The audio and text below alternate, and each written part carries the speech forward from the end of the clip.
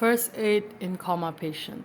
A patient who is in coma means when a patient has been in a period of prolonged unconsciousness due to certain illness or any injury. There are a few steps that can be followed when approaching patients who are unconscious. DRS A B C D.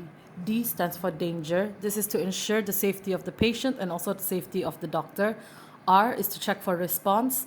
S is send help. It is to call the paramedics. A to check for airway.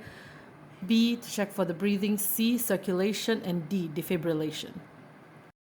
As mentioned earlier, ensure that the environment is safe. If the patient is in an unsafe environment, remove the patient from a dangerous location. When the environment is safe, approach the patient and check for response. In this scenario, the patient is unconscious with a Glasgow Coma scale of 3, with verbal response 1, eye-opening response 1, and motor response 1. Call paramedics or an ambulance, or ask any nearby bystander to call for help. At the same time, the doctor may check on the status of the patient if the patient is unconscious, maybe due to a traumatic injury.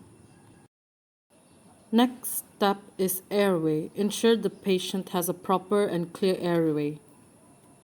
Next step is check for breathing. Listen and look and feel if the patient is breathing normally. If the patient is breathing normally, place in a recovery position and monitor the breathing. If the patient is not breathing normally, you may start CPR. C stands for circulation. To ensure a proper circulation, compression may be applied.